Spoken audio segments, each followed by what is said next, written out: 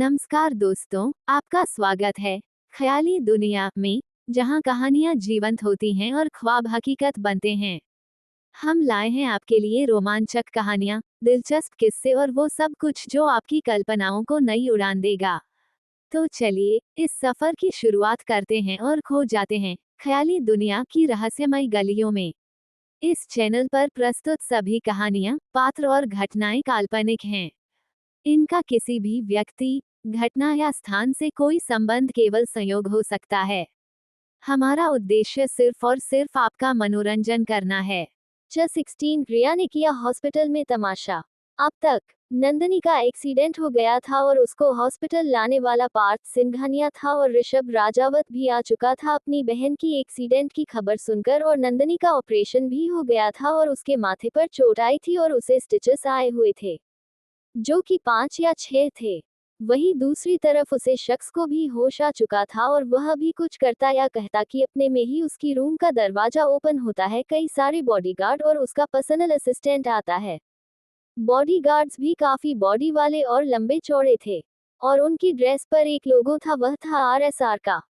कुछ वक्त में वह शख्स अपना डिस्चार्ज कर वहां से चला जाता है, लेकिन जब वह वर्ल्ड से निकलता है अपने, तो नंदनी के वार्ड के पास रखकर कुछ सेकंड तक उसे दरवाजे को घूमता है और फिर वहां से चला जाता है। मेरा भी होश में आ चुकी थी, उसके सामने एंजल थी और उसके सामने नवल की सारी सच्चाई आ चुकी थी जो कि वह भूल चुकी थी, और कुछ सच्चाई वक्त के साथ सामने आने वाली थी।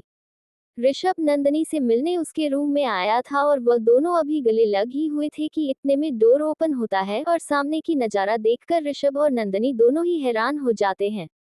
अब आगे नंदनी ऋषभ की गले लगी हुई थी। ऋषभ ने भी प्यार से नंदनी को गले लगाया हुआ था, क्योंकि ऋषभ भी अपने घर में सबसे छोटा था और उसके बाद नंदनी आई थी, तो नंदनी और ऋषभ की बॉन्डिंग काफी ज्यादा अच्छी थी। हालांकि नंदनी की बॉन्डिंग सभी भाइयों से अच्छी थी, लेकिन कहते हैं ना, जो उम्र में ज्यादा बड़े नहीं होते उनके साथ हमारी बॉन्डिंग ज्यादा अच्छी होती है। सही था, नंदनी के साथ मेरा ऋषभ से बस 3-4 साल ही छोटी थी, लेकिन दोनों में बॉन्डिंग बेहद कमाल की थी। अभी वह दोनों गले लगे हुए थे कि वर्ल्ड का डोर ओपन होता है और सामने एक साथ कई लोग खड़े थे। वह लोग कोई और नहीं थे, फायरर्स ग्रुप और डी लायंस ग्रुप के मेंबर थे, और अनविका थीम के साथ और रिया शर्मा भी थी। लेकिन अनविका उन सब में सबसे आगे थी। सबकी नजरें नंदनी और ऋषभ पर टिक गई थी, क्योंकि दोनों इस तरह से गले लगे हुए थे कि सामने खड़े लोगों ने उन लोगों के बारे में न जाने क्या क्या सोच लिया था। असल में बात क्या थी? बात ये हुई कि पत सिंघानिया हॉस्पिटल में था और उसको फोन आता है उसके दोस्तों का। वह अपने दोस्तों को बताता है कि वह अस्पताल में है, तो उसके दोस्तों को लगता है कि उसका एक्सीडेंट हो गया है। इसलिए वह लोग पार्थ की एक भी बात नहीं सुनते हैं और तुरंत सब लोग अस्पताल के लिए चले आते हैं।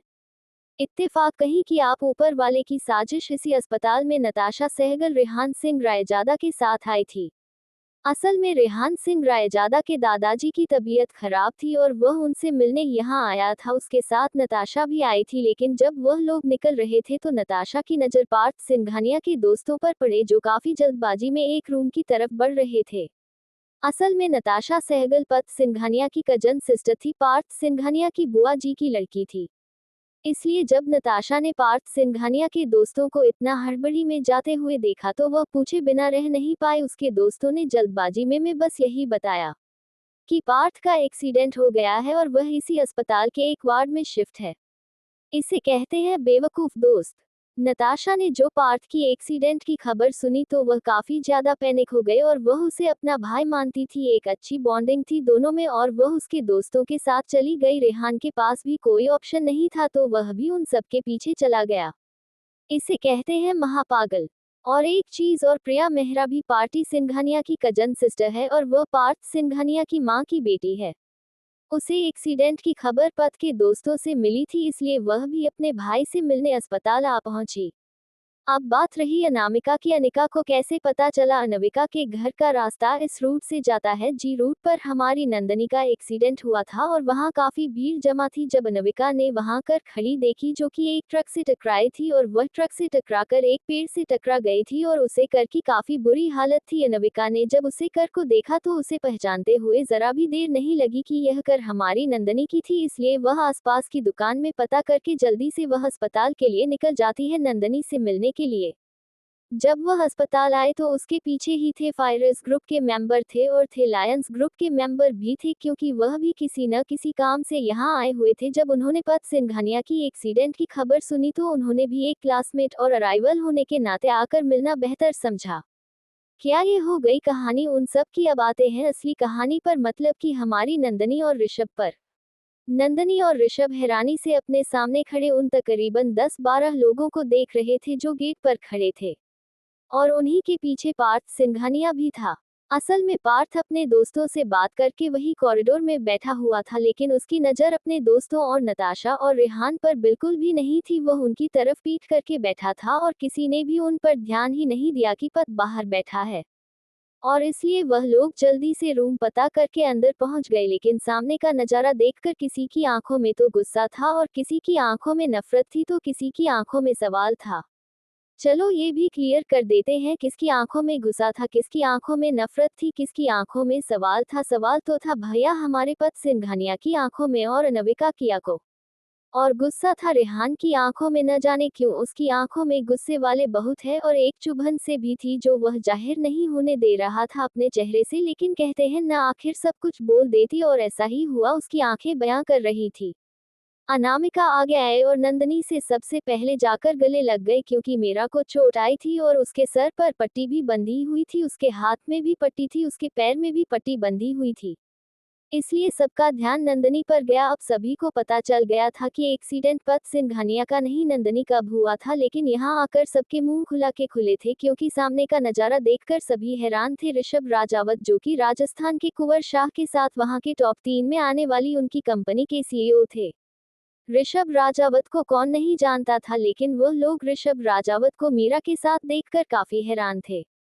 सभी छुट्टी, लेकिन रिया को बोलना जरूरी था, इसलिए उसने बोला, तुम्हारा एक्सीडेंट हुआ है, कहीं से लग रहा है एक्सीडेंट हुआ, या फिर ऋषभ राजावत को बुलाने का नया तरीका था। किसी को कुछ समझ में नहीं आया कि आखिर दिया ने ऐसा क्यों कहा। हाँ, वह सभी ने देखा था कि ऋषभ और मीरा एक दूसरे के गले लगे हुए थे। रिया की बात सुनकर नंदनी ने कहा कि क्यों, तुमको जलन हो रही है ऋषभ राजावत को मेरे साथ देखकर।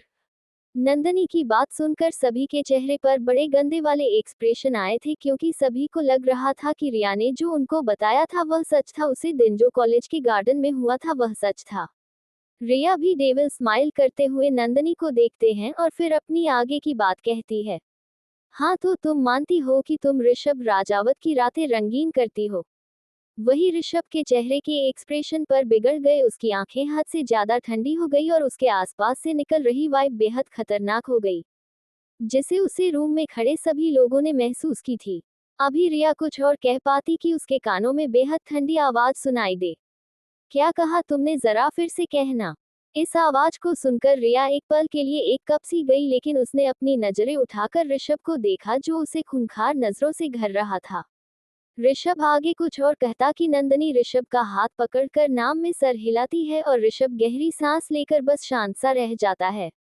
इस टाइम वह बेहद गुस्से में था कि आखिर एक लड़की उसकी बहन पर इतना बेहुदा इल्जाम लगा रही है और उसकी बहन उसे कुछ न करने के लिए कह रही है। नंदनी का ऋषभ का हाथ पकड़ना और ऋषभ को इशारे में मना करना, ये बखूबी सबने देखा था, और जिसकी आंखों में बेइंतहा गुस्सा आया था, ये सब देखकर वह कोई और नहीं रेहान था। न जाने क्यों मीरा का ऋषभ का हाथ पकड़ना और उसे इशारे में मना करना रेहान को अच्छा बिल्कुल नहीं लगा था। क्यों, तुम्हें बुरा लग रहा है अगर मैं किसी की रातें रंगीन कर भी रही हूँ तो तुमसे क्या मतलब है, तुम अपने काम से कम रखो ना। यह जवाब सुनकर एक पल के लिए वहां मौजूद सभी लोग शांत हो जाते हैं। सभी को पता था मेरा सच ही कह रही है, वह कुछ भी करे वह उसकी लाइफ है, वह किसी की भी रातें रंगीन करे, कुछ भी करे, उसकी लाइफ थी, उसकी मर्जी थी। यह रिया क्यों बीच में अंदर फिर करिए, लेकिन कुछ लोगों को बहुत चूल मचती है, वही चूल रिया में थी। आखिर वह कैसे किसी की नजरों में नंदनी को ना गिरती। मेरा ऐसा जवाब देगी, किसी को ऐसी उम्मीद नहीं थी, यहाँ तक कि रेहान को भी उम्मीद नहीं थी। उसकी आंखें हद से ज्यादा ठंडी हो गई थी और वह काफी गुस्से में नजर आ रहा था। उसने गुस्से में अपने हाथों की मुठ्ठियां बींच ली थी और वह एक पल भी यहाँ नहीं रुकना चाहता था, इसलिए उसने नताशा का हाथ पकड़ा और वहां से बाहर चला गया। और उसके पीछे थे फायरस ग्रुप द लायंस ग्रुप के मेंबर, दोनों चले गए थे। अब वहां बच्चे थे तो सिर्फ रिया मेहरा और पार्थ सिंघानिया और अनविका। ऋषभ भी गुस्से में बाहर चला गया था, क्योंकि वह यहाँ रहता तो रिया का चेहरा देखकर वह काफी गुस्सा हो जाता। रिया भी काफी गुस्से में थी, वह भी पर पटकते हुए यहाँ से चली जाती है। रिया के जाने के बाद पत सिंघानिया एक नज़र मीरा को देखकर वह भी वहां से चला जाता है। खैर पत सिंघानिया को भी मीरा का जवाब बिल्कुल पसंद नहीं आया था। अब उसे क्यों पसंद नहीं आया था यह नहीं पता था, लेकिन उसे बिल्कुल भी पसंद नहीं आया था नंदनी का इस तरह से जवाब देना। उसे तो रिया के सवाल भी पसंद नहीं है, पर काफी गुस्सा था। खेल यहाँ पर किसी ने भी नंदनी का हाल चाल नहीं पूछा, नहीं मीरा की चोट को देखा। सबको लगा कि नंदनी ने ड्रामा किया है ऋषभ राजावत को अपने करीब लाने के लिए। लोग भी कितने बेवकूफ होते हैं, ना कुछ देखते देखते हैं नहीं और सीधा शब्दों का बाल चला देते हैं। और ऐसा ही हुआ नंदनी के साथ। मीरा की हालत किसी ने नहीं देखी कि नंदनी को कितनी चोट आई है और कितनी वह नौटंकी कर रही है। खैर उसकी सबसे अच्छी दोस्त नंदनी के पास थी, उसने नंदनी का हाल चाल पूछा और नंदनी ने उससे ज्यादा कुछ ना छापते हुए अब उसे अपनी सच्चाई बता दी कि वह एक राजावत फैमिली की प्रिंस है, ना कि ऋषभ राजावत की मिस्ट्रेस। कितना गंदा लगता है ना कि लोग आपको आपके भाई की मिस्ट्रेस बता देते हैं जब उनको कुछ पता नहीं होता है, कुछ भी बोल देते हैं। खैर अनविका नंदनी के पास रुकती है और वह दोनों आपस में बात करने लगती है। थोड़ी देर में ऋषभ दोबारा से उसे रूम में आता है और उसके हाथ में इस वक्त 2 प्लेट थी और वह दोनों प्लेट में खाना था और वह आगे जाकर एक नंदनी को देता है और फिर एक अनविका को देता है। दोनों ही बैठकर नाश्ता करती हैं। दूसरी तरफ एक कर का काफिला अपनी गति के साथ आगे बढ़ रहा था और उसे कर के बीच एक बेहद लग्जरियस कर थी, जिसमें एक शख्स जिसके माथे पर पट्टी बंधी हुई थी और जिसके हाथ में पट्टी बंधी हुई और उसे शख्स के एक्सप्रेशन बिल्कुल सर दर्द है। इस शख्स की उंगलियां लैपटॉप पर काफी तेजी से चल रही थी और उसे शख्स की कर का काफिला एक खंडहर जैसी एक टूटी फूटी हवेली के आगे रुकता है और कर के रुकते ही बॉडीगार्ड्स आते हैं और उसे शख्स की कर के पास बेहद अदब से खड़े हो जाते हैं और इस कर से उसे शख्स का पर्सनल असिस्टेंट निकलता है और कर का दरवाजा खोल देता है और वह शख्स जिसके हाथ और पैर में पत्तियां बनी थी वह बाहर आता है और अपने सामने उसे खंडहर जैसी हवेली को देखते हुए अपने कदम उसके अंदर बढ़ा देता है। ये हवेली शहर के बाहर थी, यहाँ काफी घना जंगल था और घने जंगल के बीच में रास्ता गया था जो कच्चा था। कच्चे रास्ते से गुजरते हुए वह शख्स हवेली के पास पहुंचता है और वह अपने कदम अंदर की तरफ बढ़ा देता है। हवेली के अंदर पहुंचते ही काफी ज्यादा अंधेरा था और अंधेरे से होते हुए वह शख्स एक कॉरिडोर से गुजरते हुए बड़े से हाल में आता है। हाल में आकर उसने नर्सरी नजर पूरे हॉल में घुमाई तो चारों तरफ की मसाले जल गई थी और मसाले की रोशनी में हाल के बीचों बीच बैठे कम से कम 4 लोग रस्सी से बंधे हुए थे, कुर्सी पर बैठे हुए थे और उनकी हालत बेहद जख्मी थी। उनके कपड़े आधे फटे हुए थे और उनकी चोट के निशाने से खून बह रहा था। वह लोग काफी ज्यादा जख्मी हालत में बैठे हुए थे और आधी बेहोशी की हालत में थे। लेकिन अगले ही पल कुछ ऐसा होता है कि उन चारों की चीजों से खंडहर हवेली में गूंज उठती है। आज के लिए इतना ही, मिलते हैं कल, तब तक के लिए ख्याल रखें अपना और खुश रहे।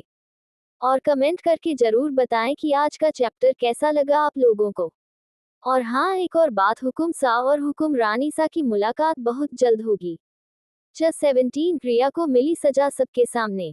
अब तक सब लोग पार्थ सिंघानिया की एक्सीडेंट की खबर सुनकर अस्पताल चले आते हैं, लेकिन वहां जाकर उनको पता चलता है कि एक्सीडेंट पार्थ का नहीं नंदनी का हुआ है। रेहान और नताशा भी वहीं मौजूद थे। रेहान अपने दादाजी से मिलने आया था नताशा के साथ और नताशा पार्थ सिंघानिया की बुआ की लड़की थी, इसलिए उसे भी पता चलता है कि पार्थ सिंघानिया का एक्सीडेंट हो गया है, तो वह भी उससे मिलने के लिए रेहान के साथ उसे मोड़ की तरफ चली जाती है। लेकिन अंदर का माहौल देखकर सबकी आंखें और मुंह फहराने से खुला रहता है, क्योंकि सामने नंदनी ने ऋषभ को गले लगाया हुआ था, लेकिन हर किसी की जुबान पर मेरा और ऋषभ प्रजापत को लेकर मिसअंडरस्टैंडिंग क्रिएट हो गई थी। एवरीवन इस चीज का इल्जाम पर लगाया था। ऋषभ कुछ करने जाता उससे पहले ही नंदनी नाम उसे रोक लिया था। अब आगे ऋषभ अनविका और नंदनी को उनका लंच देकर मीरा के शब्द से बाहर निकलता है कि उसकी नजर रिया पर जाती है जो कि अस्पताल से बाहर जा रही होती है। ऋषभ अपने कदम और उसके साथ साथ रेहान और नताशा भी थे और द फायर स्क्रू पर दी लायंस ग्रुप के मेंबर भी थे और पार्थ सिंघानिया भी मौजूद था। वह सभी हॉस्पिटल में ही मौजूद थे। वह लोग आपस में कुछ बातें कर रहे थे, उन्होंने ध्यान ही नहीं दिया कि ऋषभ उनकी तरफ आ रहा है। ऋषभ अपने कदम बीच में ही रोक लेता है क्योंकि उसे एक कॉल आ गया था और जिधर सारे लोग खड़े थे, मतलब थे फायरस ग्रुप, दी लायंस ग्रुप के मेंबर और रेहान, नताशा, रिया सब खड़े हुए थे कि उन लोगों की नज़र हॉस्पिटल के एंट्रेंस गेट पर पड़ती है जहां बॉडीगार्ड्स की पूरी टीम मौजूद थी। और उनमें से एक लड़का आगे आता है जिसकी उम्र तक की बैंड 26 से 27 साल की थी और उसने इस वक्त white shirt and grey colour की पैंट पहनी थी। उसकी कड़कती भी लगभग ऋषभ के जैसी थी। और उसी के साथ एक बिजनेस सूट पहने एक शख्स आता है। उसके आसपास से निकल रही वाइब बेहद खतरनाक प्रतीत हो रही थी। वह शख्स अपनी रफ्तार चल के साथ चलते हुए आगे आता है और रेहान जो उन लोगों के साथ खड़ा था उसे शख्स को देखकर उसकी एक्सप्रेशन बिल्कुल बिगड़ जाते हैं और वह जाकर उन सभी के सामने खड़ा हो जाता है। The lions group of the फायरस ग्रुप के सारे मेंबर उस इंसान पर अपनी नजरें जमा देते हैं क्योंकि उसे इंसान की पर्सनैलिटी ही ऐसी थी। वह शख्स रिया के सामने आकर अपने सनग्लासेस को उतरता है और बड़े ही रौब के साथ वह ग्लासेस उतार कर अपनी बॉडीगार्ड की तरफ उछाल देता है। बॉडीगार्ड भी उसके सनग्लासेस को कैच कर लेते हैं। रिया मेहरा जो कि वहीं मौजूद थी अपने सामने खड़े शख्स को देखकर उसकी सांसें रुकती जाती है क्योंकि था ही वह इतना हैंडसम, इसलिए रिया उसे इंसान को बेहद इंटेंस नज़र से देखने लगती है। लेकिन उसे शख्स की नज़रों में इस वक्त अगर कुछ भाव थे तो वह सिर्फ और सिर्फ नफरत के थे। और वही रिया अपने सामने खड़े इंसान को देखकर पहले नहीं समा रही थी। अभी कोई भी कुछ भी समझ पाता कि तभी उन सब के कानों में एक चटक की आवाज गूंजती है। उसे आवाज को सुनकर वहां मौजूद हर इंसान की सांस एक पल के लिए रुक सी गई थी और सबकी नजरें फर्श पर गिरी उसे लड़की पर गई जो अभी खड़ी होकर अपनी इंटेंस नजरों से सामने खड़े शख्स को देख रही थी। अब वह फर्श पर गिरी थी और उसके पूरे बाल उसके चेहरे को ढक रहे थे और उसके दोनों हाथ फर्श पर थे और उन्हें दोनों हाथों के सहारे वह झुकी हुई थी। यह नजारा देखकर पत सिंघानिया का खून खौल गया और वह कुछ एक्शन ले पता कि सारे बॉडीगार्ड जो वहीं खड़े थे अपने बॉस का इशारा पाकर उन सभी को जकड़ लिया गया।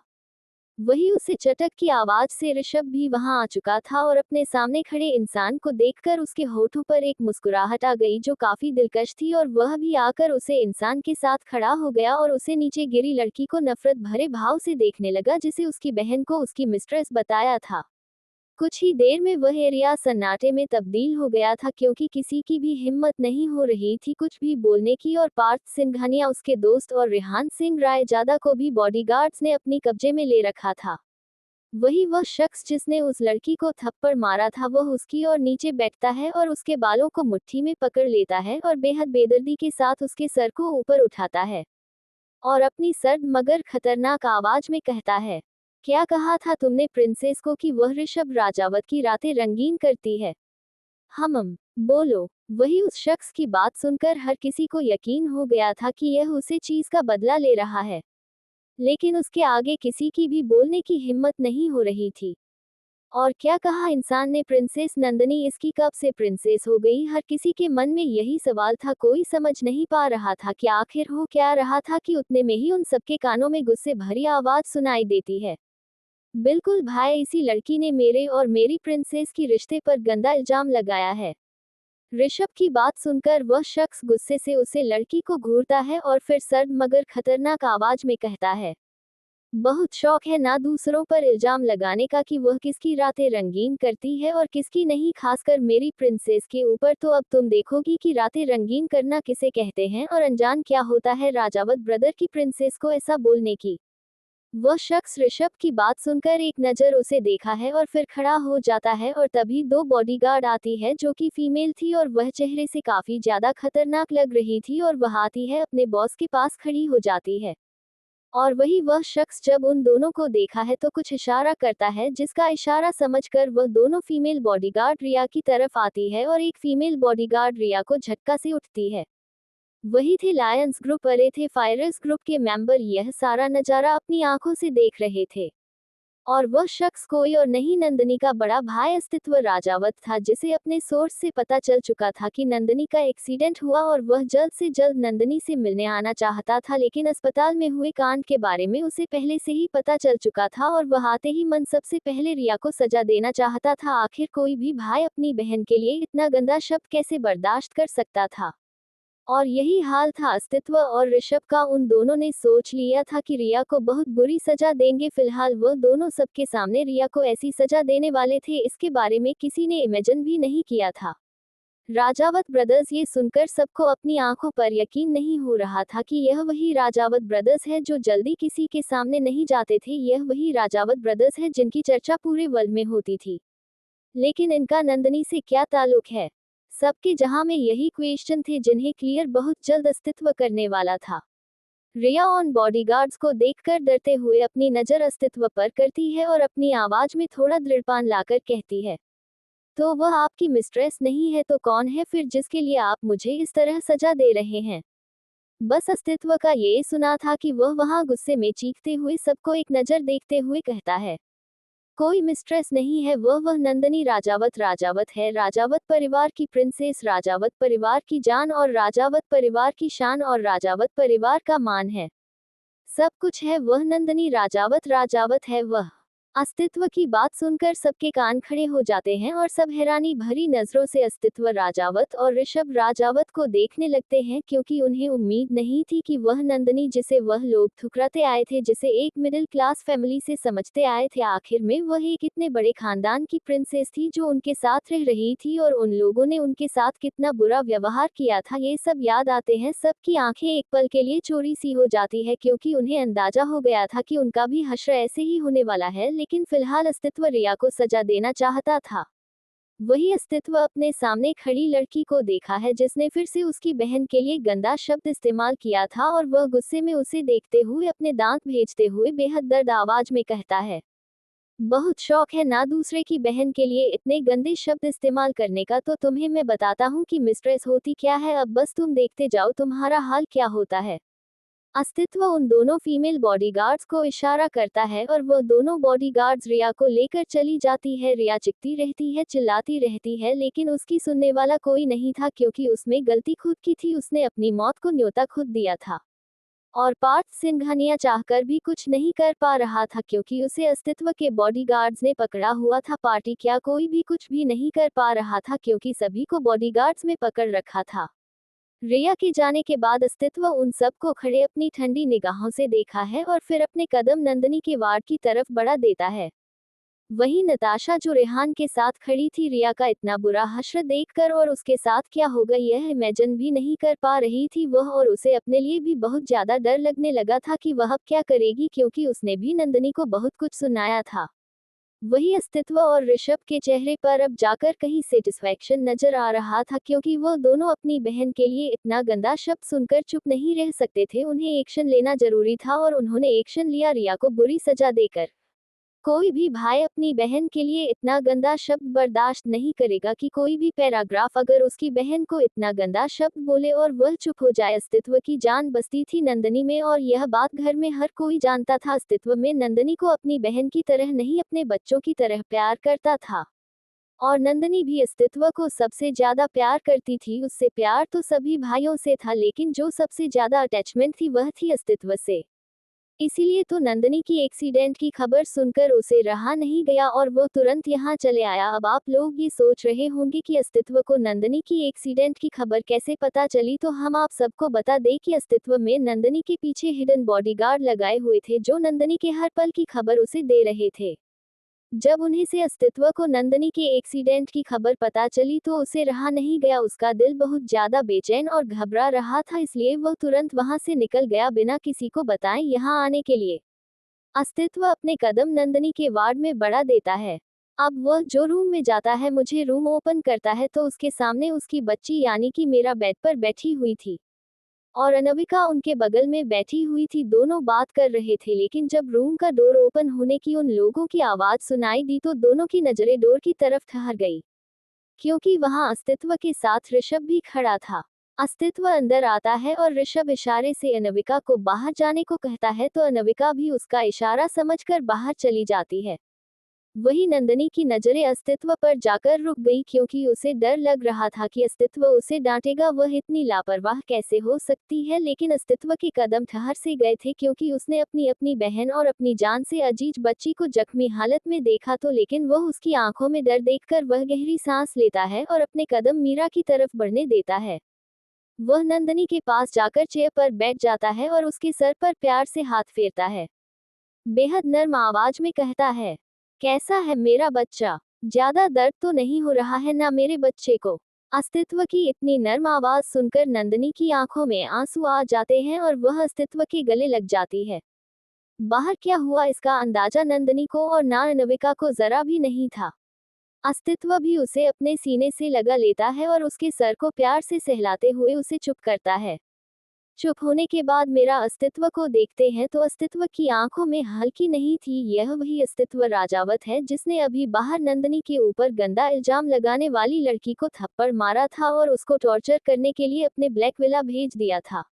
ये वही अस्तित्व राजावत है जिसकी पर्सनैलिटी वहां बाहर खड़े हर इंसान वाकई थे और अंदर वही एक अलग पर्सनैलिटी थी उसकी। दोनों में जमीन आसमान का फर्क है। जो बाहर था वह थे अस्तित्व राजावत था और जो यहाँ मौजूद था वह अपने बहन का सबसे प्यारा और सबसे स्ट्रांग भाई था। ऐसे ही तो होता है भाई बहनों का प्यार। अपनी बहन को दर्द में देखकर भाई की आंखों से आंसू निकल आते हैं। अपनी बहन को रोते हुए हंसाना एक भाई ही तो होता है। ऐसे ही थोड़ी देर मीरा के साथ बात करने के बाद अस्तित्व उसके रूम से निकल जाता है और अपने कदम हॉस्पिटल से बाहर बढ़ा देता है। वह जब रिसेप्शन के पास पहुंचता है तो रिसेप्शन के पास का एरिया काफी बड़ा था। यह वही एरिया था जहां पर अभी कुछ देर पहले अस्तित्व में रिया को थप्पड़ मारा था। अस्तित्व वहां के देखा है तो उसकी बॉडीगार्ड ने अभी भी उन लोगों को पकड़ा हुआ था तो अस्तित्व उन सभी को इशारा करता है और अस्तित्व का इशारा पाकर वह बॉडीगार्ड उत्सव को आजाद कर देते हैं और पार्थ दौड़कर बाहर जाता है। लेकिन अब क्या था, चिड़िया चुग गई खेत। यह वाला डायलॉग सभी के ऊपर बैठता था क्योंकि किसी ने भी रिया को डांटा या चिल्लाया नहीं था जब रिया ने नंदनी के खिलाफ इतना गंदा बोला था। अस्तित्व रिसेप्शन के पास जाता है और नंदनी के डिस्चार्ज के पेपर रेडी करवाता है। कुछ ही पल में नंदनी के डिस्चार्ज के पेपर रेडी हो जाते हैं और अस्तित्व अपने कदम नंदनी के रूम की तरफ बढ़ा देता है और वह नंदनी की रूम में जाता है और नंदनी गहरी नींद में सो रही थी। अस्तित्व उसे अपनी गोद में उठा लेता है एक बच्चे की तरह और अपने कदम वहां से बाहर की तरफ बढ़ा देता है। सबने अस्तित्व की गोद में नंदनी को देखा था जो यहाँ पर क्या हुआ उन चीजों से बेखबर अस्तित्व के बाहों में सो रही थी। अस्तित्व के साथ ही ऋषभ भी उसके पीछे चला जाता है और अस्तित्व नंदनी को एक पल भी मुंबई में नहीं छोड़ना चाहता था, इसलिए वह नंदनी को लेकर राजस्थान के लिए निकल जाता है। उसके साथ ही ऋषभ भी था, लेकिन जाने से पहले अस्तित्व में अपनी बॉडीगार्ड्स को सख्त हिदायत दी थी कि वह रिया को टॉर्चर करके उसके घर के बाहर छोड़ देंगे।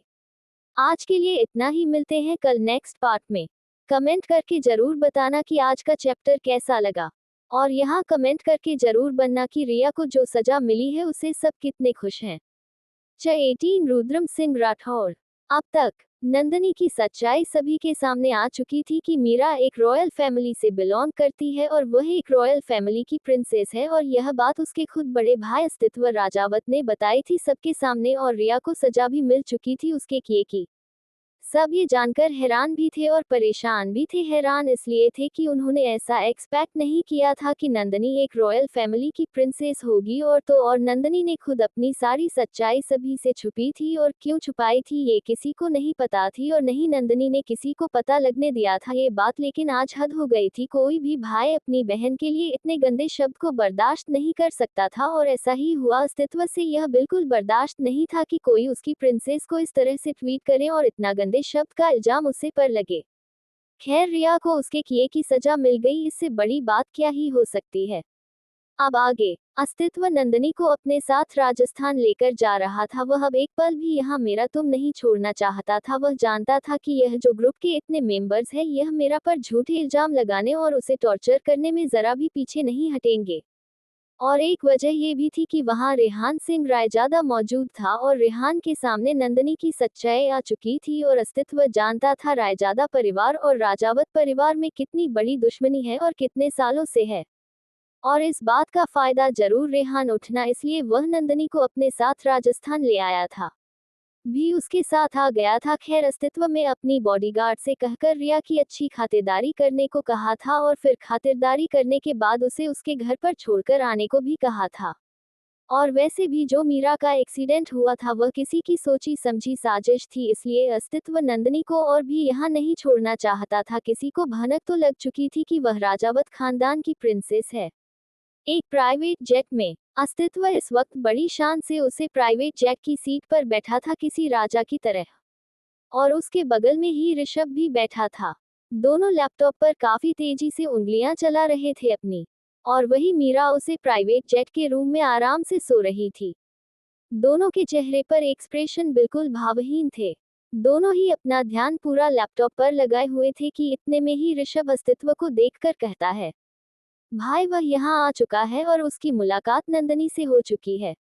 बस ये सुना था कि अस्तित्व के हाथ लैपटॉप पर जो काफी तेजी से कीबोर्ड पर काम कर रहे थे वह रुक जाते हैं और वह एक नज़र ऋषभ को देखा है और फिर गहरी सांस लेकर दोबारा से अपने लैपटॉप में काम करने लगता है। अस्तित्व जानता था ऋषभ किसके बारे में बात कर रहा है, इसलिए वह ऋषभ की बातों का जवाब देते हुए कहता है, ये होना ही था, आखिर वह यहाँ आ ही गया। ऐसा कहकर वह उसके चेहरे पर मुस्कुराहट आ जाती है और वह मुस्कुराहट जेनुइन मुस्कुराहट थी, जो उसे हमेशा नंदनी के साथ रहते हुए उसके लबों पर बनी रहती थी। खैर दूसरी तरफ मुंबई में वही खंडहर हवेली में जहां 3 से 4 लोग कुर्सी पर बंधे हुए थे और उनकी काफी जख्मी हालत थी और उनके शरीर पर काफी ज्यादा कट के निशान थे और वहां से खून बह रहा था। वह शख्स जिसके हाथ और पर और सर के माथे पर पट्टी बंधी हुई थी वह जाकर बीच कॉल में खड़ा हो जाता है और दोनों हाथ पेट की जेब में था और वह बेहद डैशिंग लग रहा था। उसके आसपास बॉडीगार्ड्स आकर खड़े हो जाते हैं और उसके बगल में ही उसका पर्सनल असिस्टेंट खड़ा हो जाता है।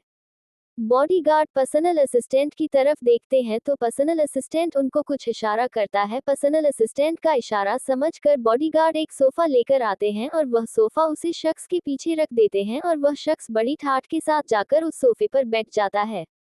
और वह बैठा भी बड़ी स्टाइल से था, उसका एक पर दूसरे पर था और एक बॉडीगार्ड उसे लाकर सिगार कमाते हैं और वह अपने हाथ में सिगार थामकर इसकी लंबे लंबे केश भरने लगता है।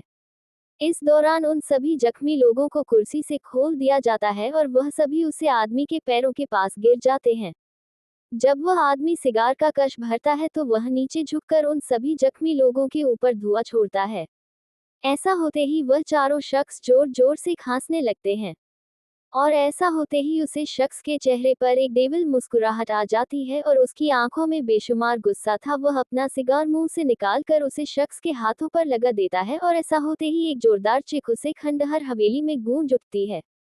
अभी कोई कुछ कहता या करता उससे पहले ही सबके कानों में एक सर्द मगर खतरनाक आवाज गूंजती है, बहुत शौक है ना तुम लोगों को आग के साथ खेलने का, मैं बताता हूँ कि आग के साथ कैसे खेला जाता है। उसी शख्स की आवाज इतनी ज्यादा ठंडी और इतनी ज्यादा खतरनाक थी कि वह चारों शख्स की रीढ़ की हड्डी तक कांप गई उसे शख्स की आवाज सुनकर। उसका बस इतना ही बोलना था कि वह बॉडीगार्ड को कुछ इशारा करता है और बॉडीगार्ड वहां से कुछ चीज लाकर एक टेबल पर रख देते हैं और वह टेबल भी अभी लाई गई थी और वह सभी चीज उस पर रख दी गई थी। चाकू था, बेल्ट था और तो और पेट्रोल और लाइटर भी था और हंटर भी था। उन सभी चीजों को देखकर वह चारों शख्स एक एक दूसरे की तरफ देखते हैं जिनकी आंखों में खौफ उतर आया था। ये खौफ उसे इंसान की मौजूदगी से भी था और कुछ उन सामानों को देखकर भी था। वह शख्स दोबारा सिगल लेता है और फिर से उसके लंबे लंबे कश भरने लगता है। अपने बॉडीगार्ड को कुछ इशारा करता है, उसका इशारा समझकर बॉडीगार्ड वहां पर रखी एक टेबल और चेयर के पास चेयर पर ले जाकर एक शख्स को बंद देते हैं और वह इंसान जिसे ऑर्डर दिया था अपने बॉडीगार्ड्स को 2-3 कश लेने के बाद वह अपने सोफे से खड़ा होता है और सिगर को अपने पैरों तले रौंद देता है और टेबल की तरफ अपने कदम बढ़ा देता है। सबसे पहले वह अपने कदम उसे आदमी की तरफ बढ़ा देता है, उसके हाथ में इस वक्त चाकू था और वह उसे चाकू को लिए हुए उसे आदमी के पास जाता है और बेहद खतरनाक वॉइस में कहता है, बोल किसके कहने पर किया था तूने। लेकिन वह आदमी कुछ नहीं कहता, इतने में ही उसकी चीख गूंज उठती है क्योंकि उसे इंसान ने इसके हाथ पैर और सर में पट्टी बंधी हुई थी। उसे इंसान ने सामने वाले आदमी की आंखों में चाकू डाल दी थी। कुछ ही पल में तड़पते तड़पते वह आदमी मर जाता है और इतनी ज्यादा बेदर्दी से उसकी मौत मिली थी कि उसे शख्स की बेदर्दी को देखकर तीनों आदमी जो जिंदा थे जख्मी हालत में थे एक दूसरे की तरफ देखते हैं और फिर एक साथ में ही बोलना स्टार्ट करते हैं।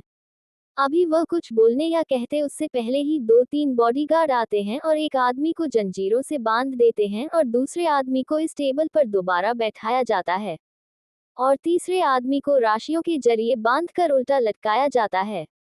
उन तीनों आदमी की आंखों में खौफ था और वह खौफ लिए अपने सामने खड़े उसे बेदर्द जालिम आदमी को देख रहे थे जो दुनिया का सबसे बेदर्द और जालिम आदमी था और उसे शख्स की आंखों में बेशुमार गुस्सा था और कोई कुछ बोलने को भी तैयार नहीं था और तैयार भी हुए थे तो खौफ के मारे कोई कुछ बोल भी नहीं पा रहा था। इसलिए वह उन तीनों को लास्ट वार्निंग देते हुए बेहद गुस्से और खतरनाक आवाज के साथ कहता है, अभी वक्त है, बता दो कि किसके कहने पर तुम लोगों ने मेरा पीछा करके मेरा एक्सीडेंट किया था।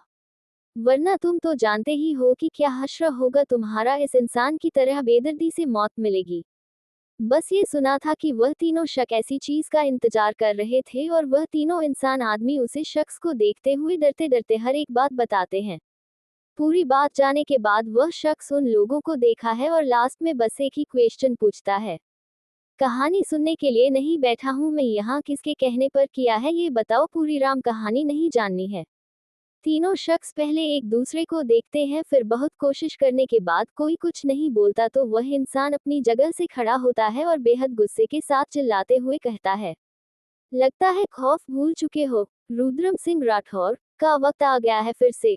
रुद्रम सिंह राठौर का खौफ क्या होता है ये बताने का। इसी के साथ ही उसे खंडहर हवेली में चीखें गूंजने लगती है, क्योंकि वह शख्स उन तीनों को अलग अलग तरह से सजा दे रहा था। एक पर फोड़े बरसाए जा रहे थे, दूसरे के ऊपर पेट्रोल डाला जा रहा था और तीसरे को फिर से वही खंजर से सजा दी जा रही थी। जिस पर कोड़े बरसाए जा रहे थे वह हिम्मत करके जवाब देते हुए कहता है, भैरव सिंह, हम ये सब भाई भाई रब के कहने पर कर रहे थे। उनकी आवाज में आई कब-कबाहट इस बात की गवाह थी कि वह कितने ज्यादा खौफ खा रहे थे अपने सामने खड़े रुद्रम सिंह राठौर से। रुद्रम जो उन लोगों को सजा देने के लिए खड़ा था, लेकिन जब उसके मुंह से उसने भैरव सिंह का नाम पूरा तो उसकी गुस्से में पूरे हाथ, सर और गले के पास की नसें साफ साफ दिखने लगी थी, जिससे साफ जाहिर हो रहा था कि वह इस नाम को सुनकर बेहद खुश नहीं है। वह अपने हाथ से खंजर छोड़कर अपने सोफे पर जाकर बैठ जाता है और बॉडीगार्ड को इशारा करता है। अगले ही पल वहां चीखों का सिलसिला शुरू हो जाता है और कुछ ही देर में शांत ही हो जाता है और रुद्रम तब तक वही बैठा अपने सामने का नजारा देख रहा था और वह अभी भी सीगा का कश लिए जा रहा था। चीखें बंद होते ही रुद्रम वहां से उठा और उन सभी की लाशों को देखते हुए बेहद सरहद मगर खतरनाक आवाज में कहता है, भैरव सिंह, बहुत शौक है ना पीठ पीछे वार करने का अब तुझे ये। रुद्रम सिंह राठौर बताया कि दुश्मन को कैसे हराया जाता है और बाजी कैसे पलटी जाती है। इतना कहते ही वह उसे खंडहर जैसी हवेली से बाहर निकलता है और बाहर निकलते ही वह अपने बॉडीगार्ड को ऑर्डर देता है कि यह सभी लाश इसके मालिक के पास पार्सल कर दो। रुद्रम अपनी कार में बैठकर वहां से अपनी प्राइवेट जेट की तरफ चला जाता है, क्योंकि उसे भी राजस्थान ही जाना था। राजस्थान अस्तित्व का प्राइवेट जेट उसके एयरपोर्ट पर लैंड होता है और फिर वह लोग प्राइवेट जेट से उतरकर अपनी कार में बैठते हैं और वहां से राजावत हवेली की ओर चल देते हैं। थोड़ी ही देर में वह लोग राजावत हवेली पहुंच जाते हैं। हालांकि मीरा अभी भी सो रही थी और अस्तित्व ने उसे गोद में लिया हुआ था। वह राजावत हवेली में इंटर करता है तो लिविंग हॉल में ही सभी लोग मौजूद थे और सभी लोग किसी न किसी चीज पर चर्चा कर रहे थे। उन सभी की नजरें जब अस्तित्व की गोद में सो रही नंदनी के ऊपर जाती है तो सब लोग अपनी जगह से खड़े हो जाते हैं और जब अस्तित्व नंदनी को लेकर पास आता है तो सभी को मीरा की चोट दिखाई दे रही थी और नंदनी की ऐसी हालत देखकर सब काफी ज्यादा परेशान हो जाते हैं और खास तौर से उसकी माँ और उसकी बड़ी माँ और उसकी दादी और उसकी बड़ी बहन आस्था की आंख में आंसू आ जाता है। नंदनी की ऐसी हालत देखकर सब काफी ज्यादा परेशान हो गए थे, क्योंकि नंदनी उन सभी की लाडली थी और मीरा की ऐसी हालत हर किसी को परेशान कर रही थी। किसी ने भी उम्मीद नहीं की थी कि नंदनी वहां तो एग्जाम देने गई थी, फिर ऐसी हालत कैसे हो गई उसकी, और सभी अस्तित्व से सवाल पूछना चाहते थे, लेकिन अस्तित्व ने उन सभी को इग्नोर करके मीरा के कमरे की तरफ अपना कदम बढ़ाता है और नंदनी के रूम में जाकर उसे काफी आराम से लेट आता है, जैसे वह कोई कांच की गुड़िया हो, अगर वह छोड़ देगा तो टूटकर बिखर जाएगी। खैर, अस्तित्व नंदनी को उसके रूम में लेटकर अच्छे से उसको ब्लैंकेट उड़कर रूम से बाहर आता है। सभी उसको लिविंग रूम में नजर आते हैं और सभी के चेहरे पर परेशानी थी और वह अपनी माँ और अपनी छोटी माँ और अपनी बहन और अपनी दादी की आंखों में आंसू देखा है तो वह आंख बंद करके गहरी सांस लेता है। वह जानता था कि नंदनी इस घर की लाडली है, सबकी जान बसती है उसमें। अगर सबको ये खबर पता चलेगी तब मेरा कोई हालत में देखेंगे तो उन सभी का ऐसा रिएक्शन होने वाला था। यह अस्तित्व ये बात पहले से जानता था। अस्तित्व सबके पास आकर बैठ जाता है और सबको बताता है कि नंदनी का एक्सीडेंट हुआ था और वह उसे यहाँ ले आया है। सभी अस्तित्व की बात सुनकर काफी ज्यादा परेशान होते हैं क्योंकि किसी को भी अंदाजा नहीं था कि नंदनी का एक्सीडेंट हो जाएगा और खासतौर से मीरा की मां को उन्हें सुबह से बेचैनी हो रही थी लेकिन उन्होंने खुद को संभाले रखा था। लेकिन जब उन्होंने नंदनी की ऐसी हालत देखी तो उनकी आंखों से झरझर आंसू बहने लगा। अस्तित्व ने सबको संभाला और सबको कहा कि नंदनी के सामने खुद को मजबूत दिखाना नहीं तो नंदनी भी टूट सकती है। सबका ऐसा बिहेवियर देखकर सभी को अस्तित्व की बात सही लगती है, इसलिए सभी मीरा को सही सलामत देखकर उनको राहत की सांस भी मिलती है और वह लोग अपने आप को नॉर्मल रखते हैं। अब सबको इंतजार था तुम नंदनी की नींद से जागने का। आज के लिए इतना ही, बाकी का कल मिलते हैं नेक्स्ट पार्ट में। तब तक के लिए ख्याल रखें, खुश रहें। आप सबकी डिमांड पर हमने हीरो का नाम सामने ले आए हैं। कमेंट करके जरूर बताइएगा कि आप सबको हीरो का नाम कैसा लगा और बिल्कुल भी फिक्र मत करिए, हम बहुत जल्दी हीरो और हीरोइन की मुलाकात करवाएंगे और वह मुलाकात बहुत धमाकेदार होने वाली है। तब तक के लिए बने रहिए मेरी कहानी के साथ और प्लीज कहानी को सपोर्ट जरूर से करें और लाइक और कमेंट भी जरूर से करें और कहानी को रिव्यू करना बिल्कुल भी मत भूलिएगा, रिव्यू जरूर से दीजिएगा। तो मिलते हैं कल, बाय, टेक केयर। और हाँ, आज का एक चैलेंज है, अगर 60+ लाइक और 2-5 जोड़ कमेंट आए तो कल 2 चैप्टर पक्का। 19 उसी ने नंदनी का एक्सीडेंट करवाया है। अब तक अस्तित्व नंदनी को राजस्थान लेकर आ गया था और सभी को नंदनी के एक्सीडेंट होने की खबर पता चल चुकी थी और सभी घर वाले पैनिक हो रहे थे ये जानकर कि नंदनी वहां एग्जाम देने गई थी लेकिन उसका एक्सीडेंट हो गया। लेकिन अस्तित्व तुमने सबको समझा दिया था कि नंदनी के सामने कोई भी इमोशनल नहीं होगा, नहीं तो मेरा भी काफी ज्यादा रोएगी। इसलिए अस्तित्व के कहने पर सब मान जाते हैं और सभी को बात भी सही लगती है अस्तित्व की। और सभी लेडीज अब इंतजार कर रही थी तो नंदनी के उठने का और सभी जेंट्स जो हाल में मौजूद थे अस्तित्व के कहने पर सभी स्टडी रूम में चले जाते हैं। वहीं दूसरी तरफ रुद्रम सिंह राठौड़ ने अपने दुश्मनों को बड़ी बेदर्दी से सजा दी थी और वह भी राजस्थान के लिए निकल चुका था। अब आगे रुद्रम इस वक्त अपनी कार में बैठा था और वह अपना सर सीट कर की सीलिंग को एक तक देखता रहता है। वह अपनी आंख बंद करता है तो उसके सामने एक लड़की का चेहरा घूम जाता है जो उसे घायल अवस्था में देखकर काफी ज्यादा परेशान और रो रही थी। जी हाँ, ये कोई और नहीं हमारी मीरा थी जो हमारे रुद्रम जी के ख्यालों में अपनी जगह बनाई हुई थी। नंदनी के बारे में सोचकर रुद्रम के चेहरे पर हल्की मुस्कुराहट थी और वह बेहद जुनूनियत में कहता है, जाना, सोचा नहीं था कि तुमसे इस कदर और इस हालत में मुलाकात होगी। और वह भी मुलाकात हुई तो अधूरी हुई और इस मुलाकात को मुकम्मल करूंगा, ये रुद्रम सिंह राठौड़ का वादा है। ऐसा कहते ही उसने अपनी आंखें सुकून से बंद कर ली क्योंकि वह अपनी आंखें खोलने नहीं चाहता था और उसकी आंखों के सामने सिर्फ और सिर्फ नंदनी छाई हुई थी। नंदनी का गाड़ी में बिठाना, फिर बार बार उसे होश में रहने के लिए कहना, उसके लिए रोना। जब कुछ सेकंड्स के लिए अपनी आंखें बंद कर लेता है और उसके कानों में जब नंदनी की रोने की आवाज जाती है तब वह अपनी आंखें खोलता है। ये सब याद करके रुद्रम के चेहरे पर मुस्कुराहट थी जो शायद ही कभी किसी ने देखी होगी। हमारे हुकुमसा के चेहरे पर मुस्कुराहट। रुद्रम की कार कुछ वक्त में ही आकर एक प्राइवेट एयरपोर्ट पर रुकती है और रुद्रम अपनी कार से उतरकर बड़े ही रौबदार चल के साथ अपने कदम प्राइवेट जेट की तरफ बढ़ा देता है और कुछ ही देर में वह प्राइवेट जेट अपना सफर तय करने लगता है। दूसरी तरफ राजस्थान में राजावत हवेली स्टडी रूम। अस्तित्व इस वक्त अपने किंग साइज चेयर पर बैठा हुआ था। उसके सामने ही सोफे पर दादाजी, उसके पापा और उसके चाचा जी दोनों मौजूद थे। अस्तित्व के चेहरे के इतने सीरियस एक्सप्रेशन देखकर दादाजी और चाचा जी और पापा जी के एक्सप्रेशन भी थोड़े सख्त हो जाते हैं क्योंकि उन्हें अंदाजा हो गया था कि अस्तित्व सीरियस है तो जरूर कोई बहुत बड़ी वजह होगी। अभी बोलो, ये सब सो ही रहे थे, सोच का अनुमान लगा ही रहे थे कि उतने में अस्तित्व की आवाज उन सभी के कानों में आती है। उसे पता चल चुका है, वह आ चुका है और उसी ने मीरा का एक्सीडेंट करवाया है।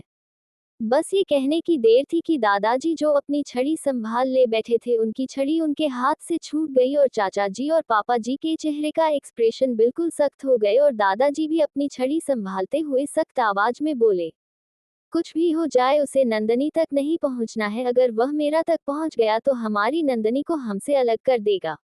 दादाजी का ये कहना था कि अस्तित्व की आवाज आती है जो काफी दमदार थी। बिल्कुल नहीं, मेरी बच्ची तक वह बिल्कुल भी नहीं पहुंचेगा। पापा जी और चाचा जी जो अब तक खामोश थे वह भी अस्तित्व का साथ देते हुए कहते हैं, जैसे अब तक हम नंदनी को प्रोटेक्ट करते हैं उसे वैसे ही आगे भी करेंगे और वह हमारी बच्ची तक कभी नहीं पहुंच पाएगा। दादाजी भी तीनों की बातों में हाँ में हाँ मिलते हैं और अपनी दमदार आवाज में कहते हैं, नंदनी के पीछे सिक्योरिटी बढ़ा दो, मैं उसे लेकर कोई भी लापरवाही नहीं चाहता। दादाजी की बात सुनकर अस्तित्व हाँ में कर ही लाता है। उसके बाद सभी लोग स्टडी रूम से बाहर निकल आते हैं और वह लोग लिविंग हॉल में आकर बैठ जाते हैं।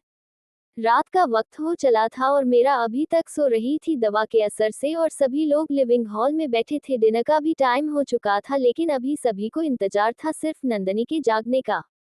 और सभी का इंतजार अब खत्म हो जाता है। अध्या, जो कि मीरा के रूम में ही बैठी थी, नंदनी के होश में आने का इंतजार कर रही थी। नंदनी के होश में आते ही आद्या सबसे पहले उसे संभाल बेड से टेक लगाकर बैठाती है और फिर नंदनी के रूम से निकाल कर रेलिंग के पास जाकर खड़ी हो जाती है और अपनी नजर लिविंग हॉल में दौड़ आता है तो लिविंग हॉल में सारी फैमिली बैठी हुई थी और अध्याय सभी को बताती है कि नंदनी को होश आ गया है, तो सभी फैमिली वाले खुश होकर ऊपर आते हैं। अंडरस्को अंडरस्को अंडरस्को अंडरस्को अंडरस्को अंडरस्को अंडरस्को अंडरस्को अंडरस्को अंडरस्को अंडरस्को। नंदनी के दादाजी राजवर्धन राजावत, उनकी बीवी सुनंदा राजावत, नंदनी की दादाजी दादी जी, नंदनी के बड़े पापा अखंड राजावत और उनकी बीवी यानी कि नंदनी की बड़ी मम्मी आकृति राजावत। इनको भी 2 बच्चे हैं। नंदनी के पापा ओंकार राजावत, नंदनी की मां सोनाली राजावत। इनकी बस एक ही औलाद है और वह है नंदनी यानी कि अपनी हीरोइन। नंदनी के चाचा आयुष्मान राजावत और उनकी बीवी अर्पिता राजावत, और उनके 2 बच्चे हैं, लव और कुश। ये दोनों अभी फिलहाल हॉस्टल में रह रहे हैं। नंदनी के बड़े पापा के बच्चे, जो कि नंदनी से बड़े हैं, 2 भाई बहन हैं, अस्तित्व राजावत, आस्था राजावत। ये दोनों नंदनी से बड़े हैं। नंदनी के चाचा के बच्चे, अभिषेक राजावत और ऋषभ राजावत, ये दोनों भी नंदनी से बड़े हैं और ऋषभ अभिषेक से छोटा है। नंदनी, ऋषभ और आस्था, ये तीनों की बहुत अच्छे बनती है क्योंकि यह तीनों में ज्यादा उम्र का फैसला नहीं है, लेकिन हाँ, नंदनी, ऋषभ और आस्था 4-5 साल का गैप है दोनों से नंदनी का, क्योंकि मेरा अभी सिर्फ 20 साल की है और नंदनी अपने घर में सबसे छोटी है और सबकी लाडली भी। नंदनी की फैमिली का इंट्रोडक्शन एक बार फिर से, ताकि आप लोग किसी के भी नाम में कंफ्यूज ना हो जाए इसलिए। नंदनी की दादी सुनंदा की, नंदनी की बड़ी माँ आकृति जी और नंदनी की माँ सोनाली जी और नंदनी की चाची अर्पित जी, यह चारों लेडीज आगे आता है और दादी जी सबको हटाकर सबसे पहले नंदनी की नजर उतरती है क्योंकि उन्हें अपनी दोनों पोती बहुत प्यार था। वह तो प्यार अपने पोतों को भी करती थी और उनकी दोनों पटियां उनके दिल के बेहद करीब थी, इसलिए दादी जी नंदनी और आस्था दोनों प्यार करती थी।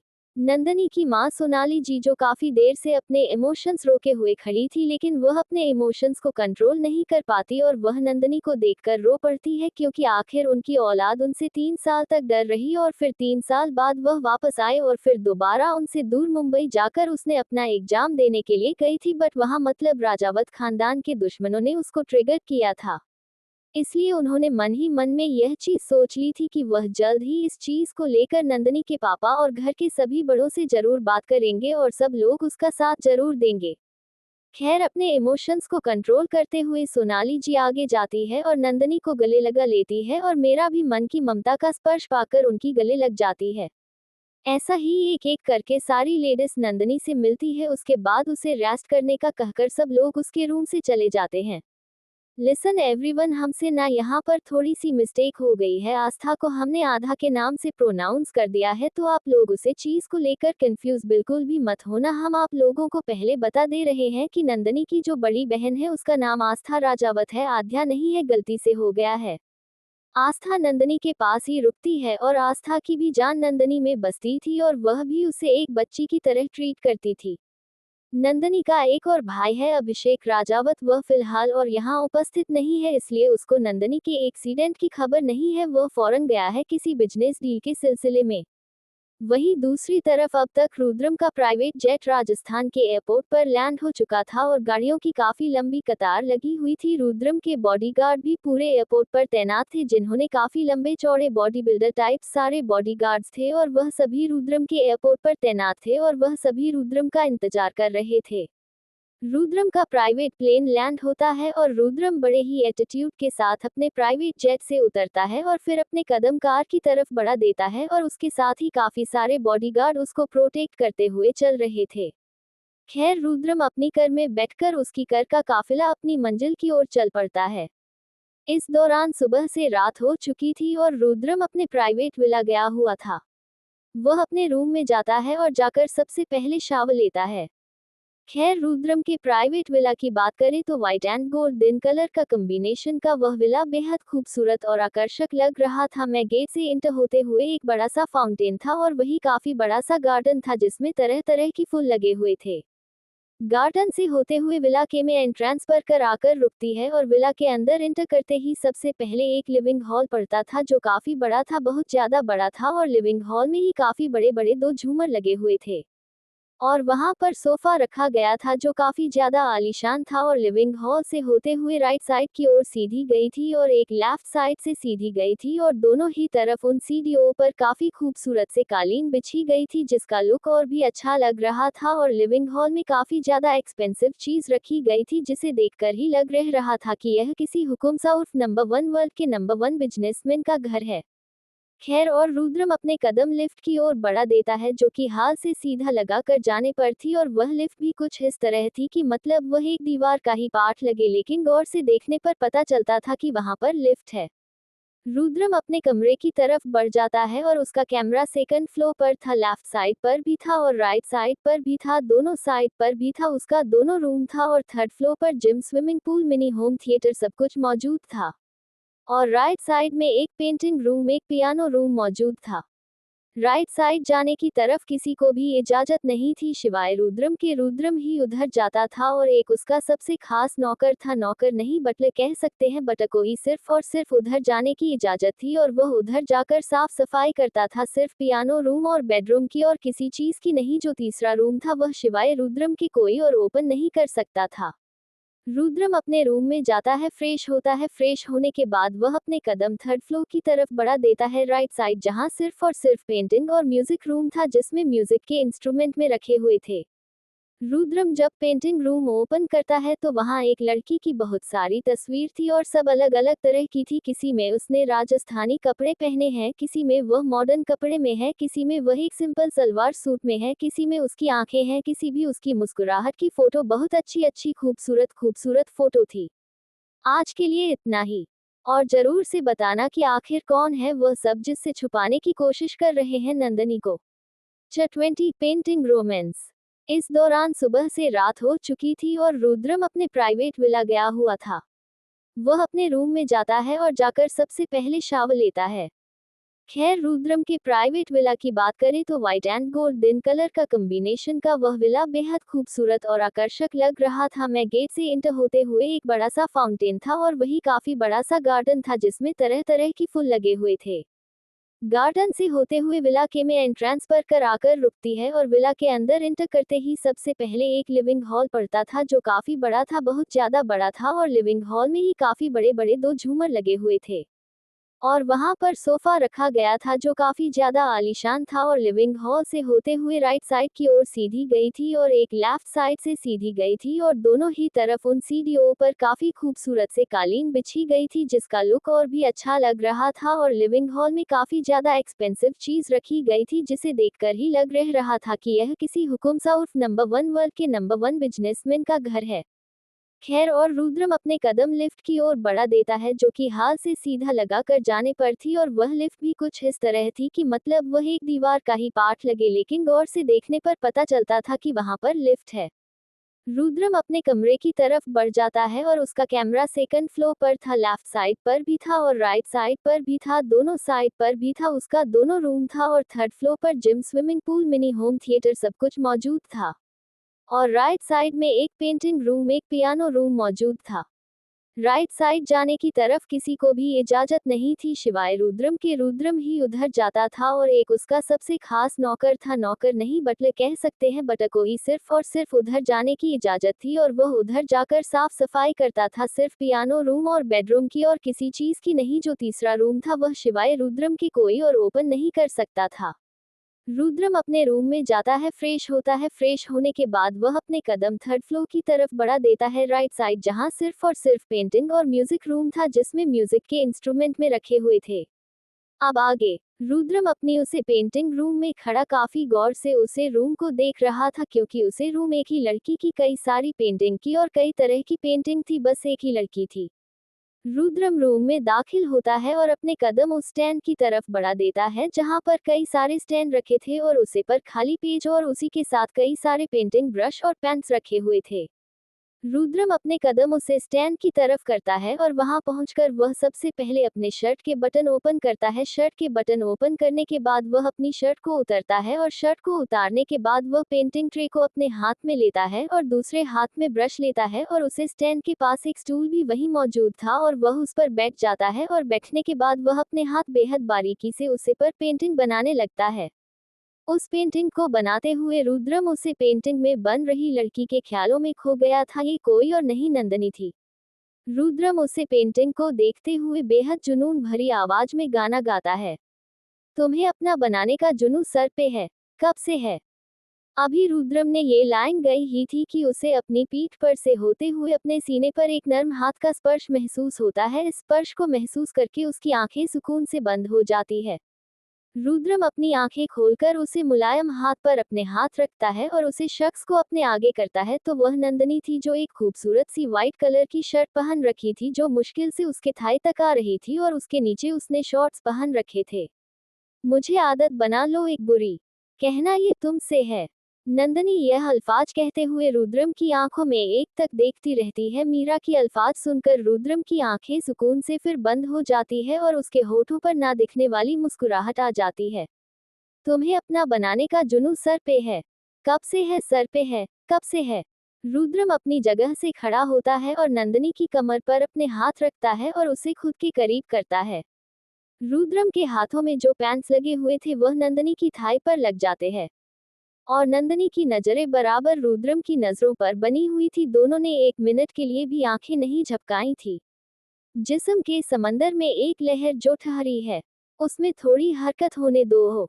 ये लाइन बेहद ही सेडिक्टिव वे में नंदनी रुद्रम के करीब जाकर उसके कानों में रहते हैं, जिससे रुद्रम की दिल की धड़कनें बेतहाशा धड़क उठाती है। और नंदनी के दोनों हाथ अब रुद्रम की शर्टलेस पीठ पर थे और रुद्रम का एक हाथ नंदनी की ताई को सहला रहा था। शायरी सुनाती इन दो नशीली आंखों को, मुझको पास आके पढ़ने दो। अब रुद्रम ने नंदनी की थाई को वैसे ही सहलाते हुए नंदनी की होठों के करीब बढ़ाते हुए ये लाइन गुनगुनाया थी, जिससे नंदनी की हार्ट बीट तेज हो जाती है। इश्क की ख्वाहिशों में भीग लो बारिशों में आओ ना। नंदनी फिर से रुद्रम की लव के करीब बढ़ाते हुए बेहद धीरे से ये लाइन गुनगुनाती है। तुम्हें पाकर ना खोने का जुनून सर पे है, कब से है?